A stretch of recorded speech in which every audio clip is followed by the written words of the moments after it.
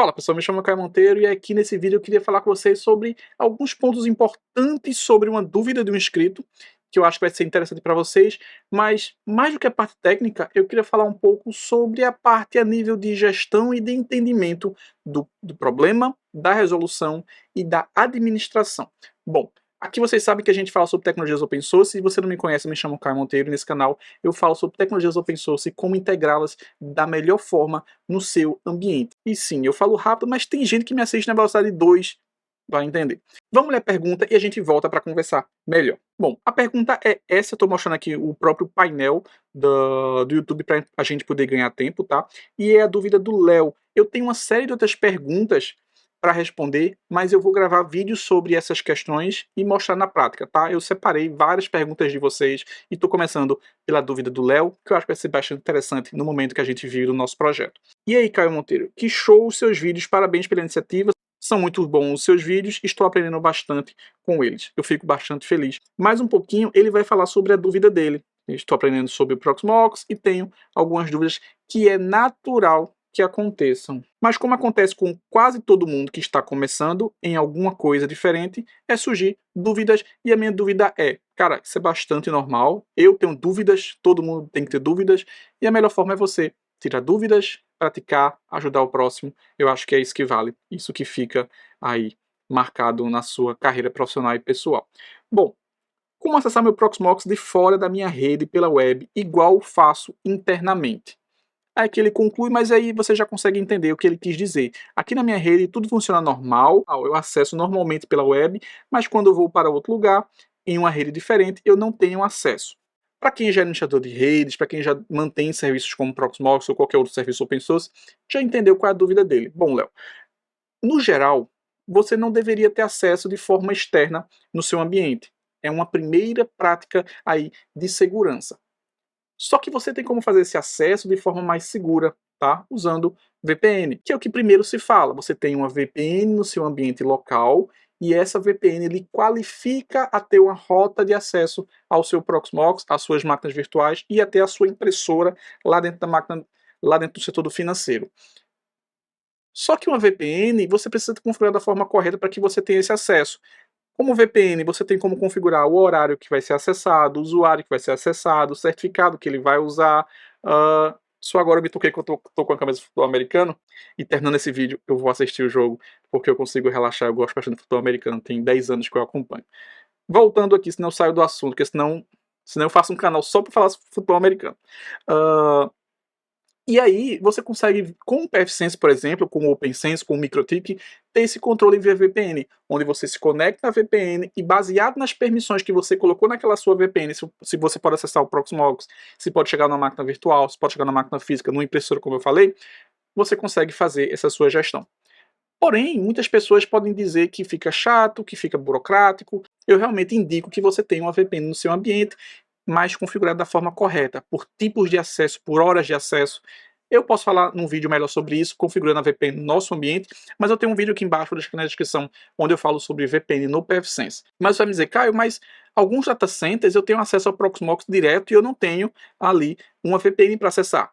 Bom, deveria, mas sim, nem todos os data centers vão lhe prover uma VPN para você acessar o seu ambiente.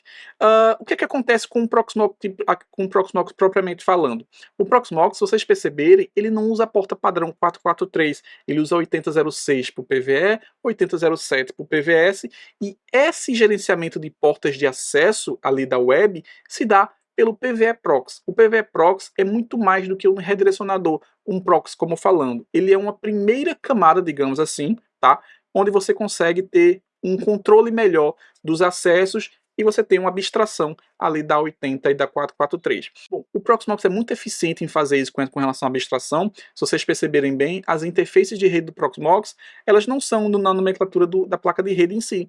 Você precisa configurar uma VMBR0, por exemplo, ou VMBR1, enfim, em cima da sua interface, e aí você faz a entrega à sua máquina virtual. Não é tão complexo, eu vou fazer um vídeo só sobre interface para vocês, inclusive tem um vídeo sobre interface lá no curso Proxmox Aprenda a Virtualizar do Zero, deve estar passando aí para vocês agora. É um curso que está tendo uma ótima avaliação, tem mais de 50 alunos só nesse curso, e se você quiser aprender sobre virtualização com Proxmox do absoluto zero, é só você clicar, conhecer, ver o vídeo de apresentação, falar comigo no Instagram, lá eu vou dar todas as dicas e vou lhe ajudar no seu aprendizado com começo, meio e fim.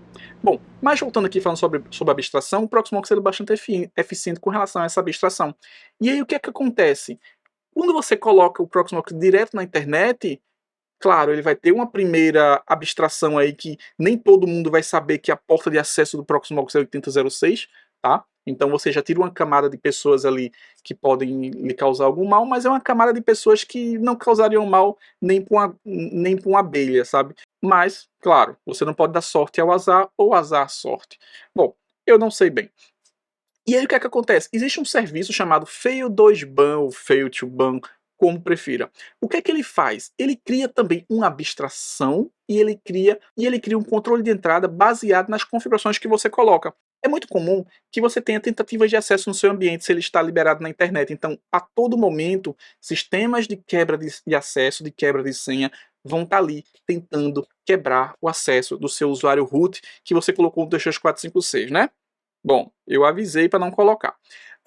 E esse serviço, o que é que ele faz? Ele diz, ó, você só pode fazer tantas tentativas, se você passar dessas tentativas, eu vou bloquear o seu serviço por X horas. E aí você consegue dar um freio de forma muito eficiente, digamos assim, para que essa tentativa forçada não se concretize, ou que você tenha tempo de analisar aquele IP e bloquear por mais tempo. Bom, eu vou demonstrar aqui o serviço, até porque eu já falei demais, já falei por 5 minutos, mas, mais do que configurar, eu queria demonstrar como retirar um IP da lista de ban, uma vez que você pode você mesmo se autobloquear a si mesmo. Enfim, uma vez que você pode se bloquear, você precisa se liberar, mas que você precisa entender como administrar. É muito importante que você saiba administrar o serviço.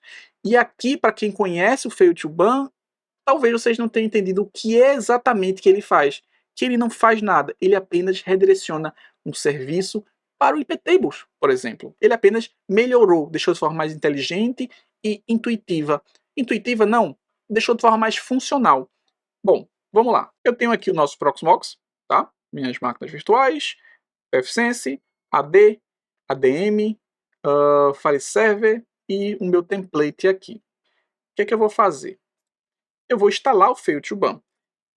Então, apt-get, update. Vamos aqui para outra tela?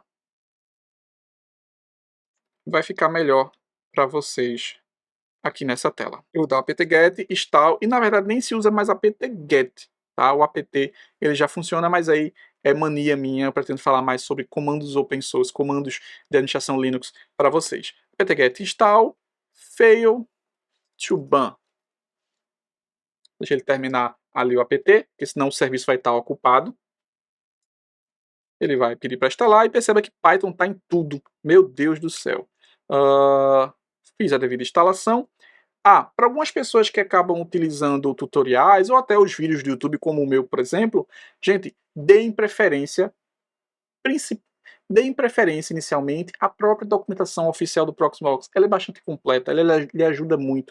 Muitos sistemas open source não têm essa documentação que eles têm. Tá? Então, voltando aqui, percebam que eu tenho aqui, já vou deixar aqui embaixo o link do Proxmox com relação ao Fail2ban, onde ele vai falar como você instala, como você parametriza, e aqui eu vou explicar algumas coisas para vocês. Bom, percebam que não é apenas configurar o arquivo, vocês precisam entender cada coisa. O que é que ele fala primeiro?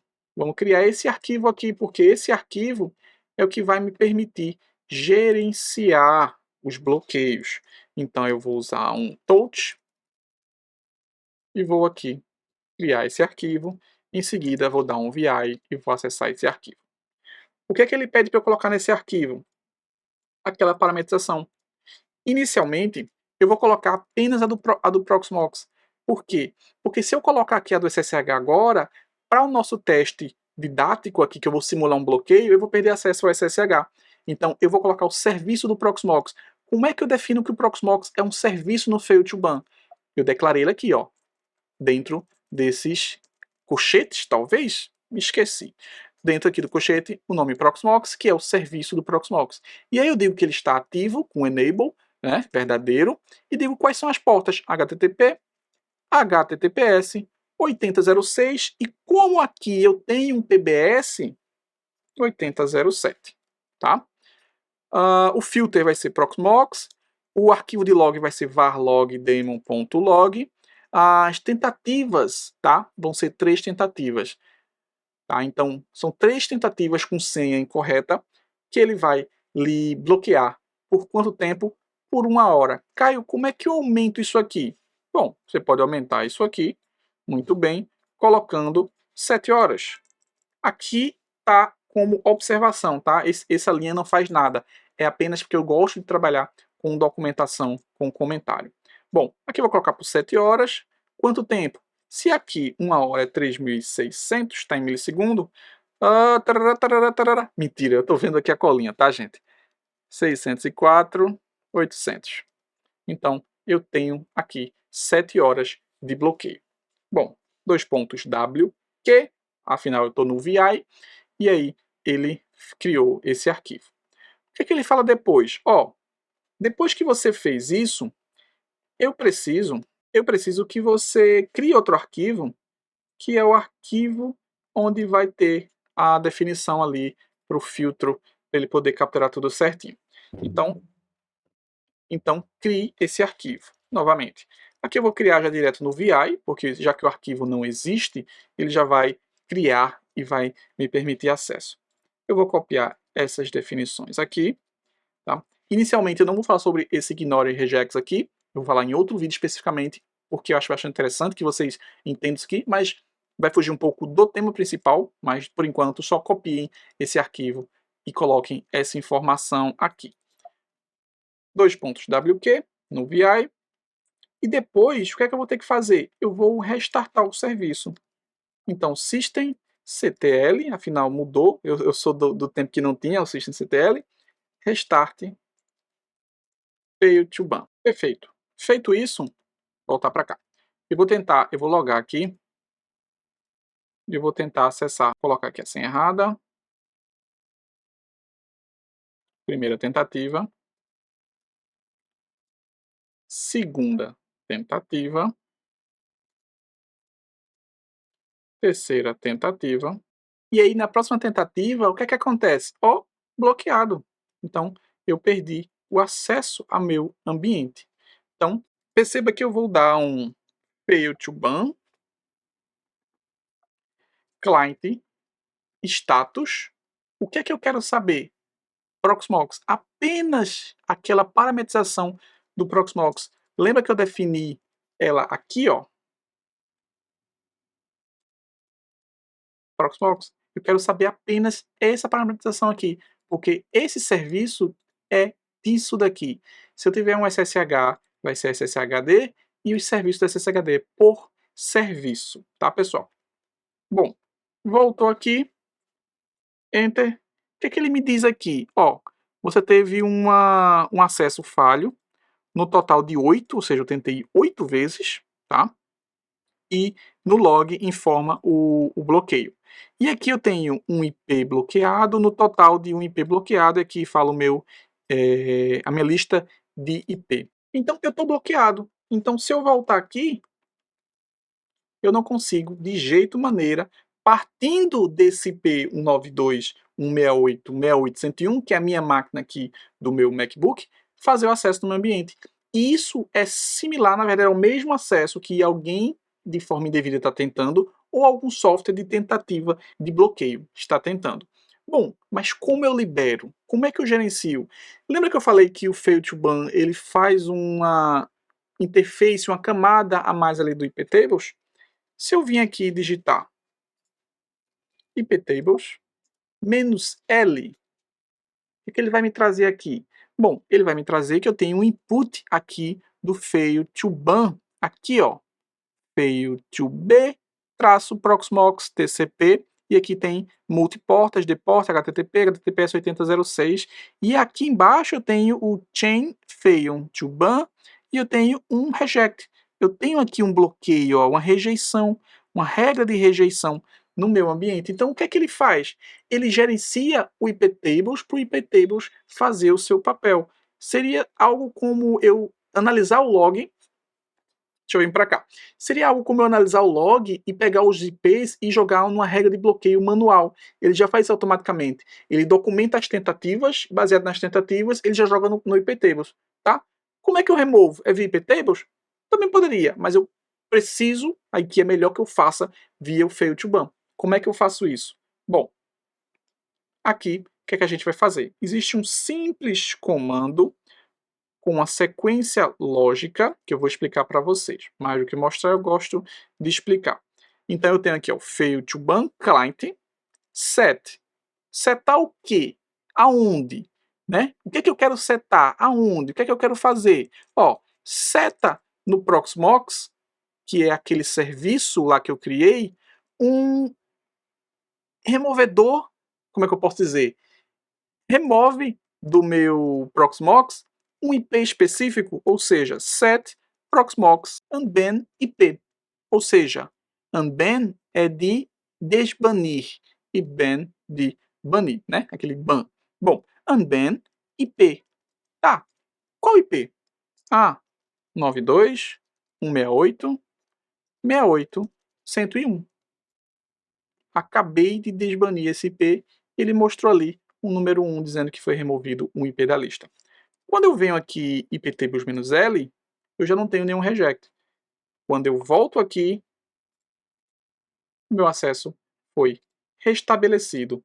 Quando eu volto aqui, eu não tenho nenhum IP bloqueado naquele momento. Eu já tive total banido 1. Eu já tive um total banido.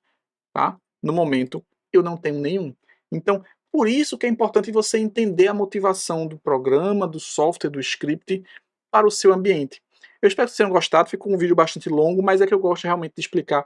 E eu queria demonstrar que você não é porque você não está usando VPN, ou não é porque você não sabe configurar uma VPN, que serviços simples como o Fail to Ban, que é fácil de configurar e fácil de administrar, você não pode mitigar os riscos. Lembrando, não estou dizendo aqui que você vai conseguir não ser invadido apenas com Fail to Ban, mas você vai mitigar muita coisa, você vai postergar muito acesso. Então, quanto menos você analisar os logs no seu ambiente, mais coloque, mais coloque o tempo na lista de bloqueio ali, calculado em milissegundos, tá? E assim, caso você bloqueie um serviço indevido, você vai lá e coloca ali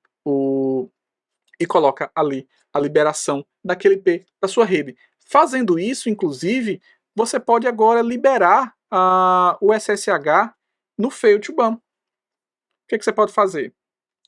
Eu posso voltar lá no meu serviço e criar aqui, por exemplo, um SSHD, tá? E aqui você pode, por exemplo, verificar o status do seu SSHD, tá? E aí seguir da mesma forma. Tá? E fazendo isso você tem um ambiente mais seguro, com uma mitigação melhor. Lembre-se, a palavra-chave é mitigar.